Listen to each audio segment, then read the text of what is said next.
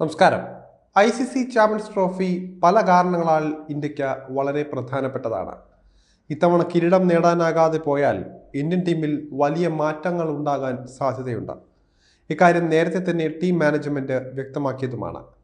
പരിശീലകൻ ഗൗതം ഗംഭീറിന്റെ അടക്കം ഭാവി തീരുമാനിക്കുന്ന ടൂർണമെന്റ് ആയിരിക്കും ചാമ്പ്യൻസ് ട്രോഫി എന്ന് നേരത്തെ തന്നെ BCCIയിൽ നിന്നും നമ്മൾ കേട്ടതാണ്. അതുകൊണ്ട് തന്നെ എല്ലാ താരങ്ങൾക്കും ചാമ്പ്യൻസ് ട്രോഫി വളരെ പ്രധാനപ്പെട്ടതായി മാറുകയാണ്. ചാമ്പ്യൻസ് ട്രോഫിക്ക് ശേഷം ഇന്ത്യൻ ടീമിൽ അഴിച്ചുപണി ഉറപ്പാണ്. ഇനിയൊരു ICC ട്രോഫി കളിക്കാൻ രോഹിത്തിനെയും കോഹ്ലിയെയും ഇന്ത്യ പരിഗണിച്ചേക്കില്ല എന്നാണ് റിപ്പോർട്ടുകൾ. ചാമ്പ്യൻസ് ട്രോഫിക്ക് ശേഷം രോഹിത് ശർമ്മ ഏകദിന ടീമിൽ നിന്നും വിരമിക്കൽ പ്രഖ്യാപിക്കാനും സാധ്യതകൾ ഉണ്ട്.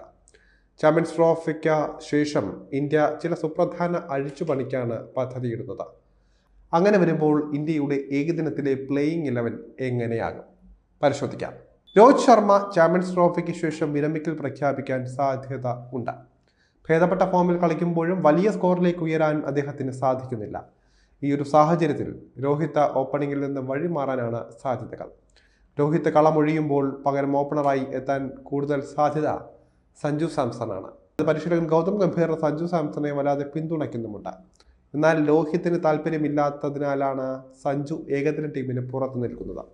രോഹിത് കളമൊഴിഞ്ഞാൽ ആ സ്ഥാനത്തേക്ക് വെടിക്കെട്ട് ഓപ്പണറായാണ് ഇന്ത്യക്ക് സഞ്ജു വരാൻ പോകുന്നത്. ഇതിന് അനുയോജ്യൻ തന്നെയാണ് സഞ്ജു. പവർ പ്ലേയിൽ തല്ലി തകർക്കാൻ സഞ്ജുവിന് സാധിക്കുമെന്നത് കണക്കുകളിൽ പറയുന്നുണ്ട്. പേസിനെയും സ്പിന്നിനെയും ഒരുപോലെ കടന്നാക്രമിക്കാൻ ശേഷിയും സഞ്ജുവിനുണ്ട്. ഈ ഒരു സാഹചര്യത്തിൽ രോഹിത്തിന് പകരം സഞ്ജു എത്താനാണ് സാധ്യതകൾ കൂടുതൽ. രോഹിത് ശർമ്മ കളമൊഴിയുമ്പോൾ ശുഭ്മൻ ഗില്ലാകും നായകൻ. ഇതിനോടകം ഇന്ത്യയുടെ വൈസ് ക്യാപ്റ്റൻ സ്ഥാനത്തേക്ക് എത്താൻ ഗില്ലിന് സാധിച്ചിട്ടുണ്ട്. ചാമ്പ്യൻസ് ട്രോഫിയിൽ ഇന്ത്യയുടെ വൈസ് ക്യാപ്റ്റനാണ് ഗില്ല്. വലം കൈയ്യൻ ഓപ്പണർ ബാറ്ററായ ഗില്ല് ക്ലാസിക് ശൈലിയിൽ റൺസ് ഉയർത്തുന്ന ഒരാൾ കൂടിയാണ്. ഈ ഒരു സാഹചര്യത്തിൽ പരിശീലകൻ ഗൗതം ഗംഭീറും ഗില്ലിനെ പിന്തുണയ്ക്കുന്നതായിരിക്കും. ഇന്ത്യ അടുത്ത ഏകദിന ലോകകപ്പ് ഗില്ലിന് കീഴിൽ കളിക്കാനുള്ള സാധ്യതയാണ് കൂടുതൽ.